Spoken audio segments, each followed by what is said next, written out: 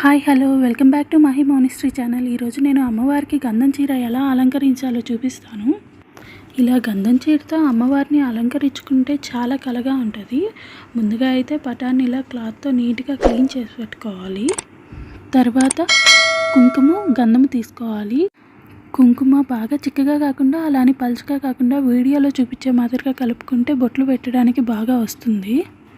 గంధం కూడా అలాగే కలుపుకోవాలి. అయితే మీకు ఇక్కడ ఒకటి అనుకోవచ్చు, ఏంటి ఆల్రెడీ కలిపేసింది అని. నేను ఆల్రెడీ ముందుగా కలిపి పెట్టేసుకున్నాను. అప్పుడు నేను వీడియో రికార్డ్ చేయలేదు, మీకు చూపిద్దామని మళ్ళీ ఒకసారి కలుపుతున్నాను గంధం బిళ్ళలు వేసి. ఇక్కడ బడ్స్ టూత్ పిక్ తీసుకున్నాను. అవైతే సన్నగా ఉంటాయి కదా, బొట్లు పెట్టడానికి బాగా వస్తుందని అవి తీసుకున్నాను.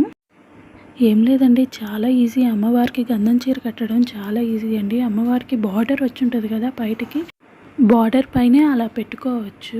మన చేతులతో అమ్మవారికి చీర అలా అలంకరిస్తున్నాం కాబట్టి అమ్మవారికి చీర పెట్టినంత పుణ్యఫలం అండి మనకి ఇప్పుడు ఎలాగా శ్రావణ మాసం వస్తుంది కదా, వరలక్ష్మి వ్రతానికైనా లేదా ప్రతి శుక్రవారానికైనా అమ్మవారి పండుగలకి అలాగా చీర ఇలా అలంకరించుకుంటే చాలా బాగుంటుంది.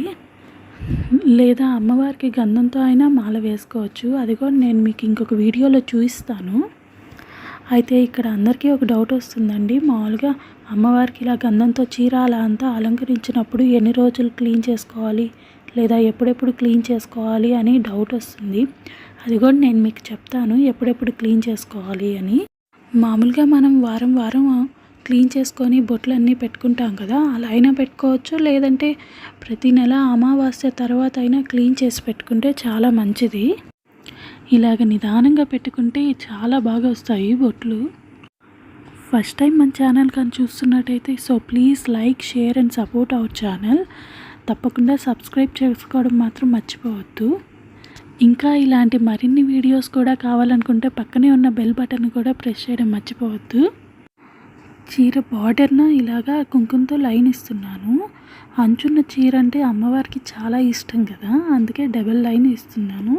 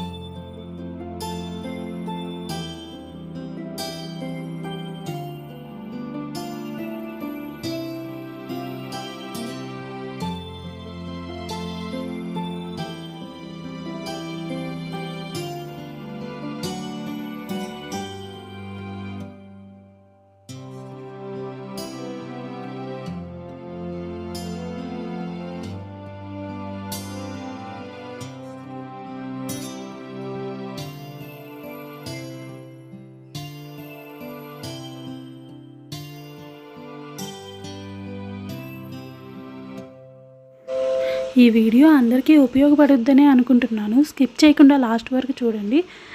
తప్పకుండా సబ్స్క్రైబ్ చేసుకోండి.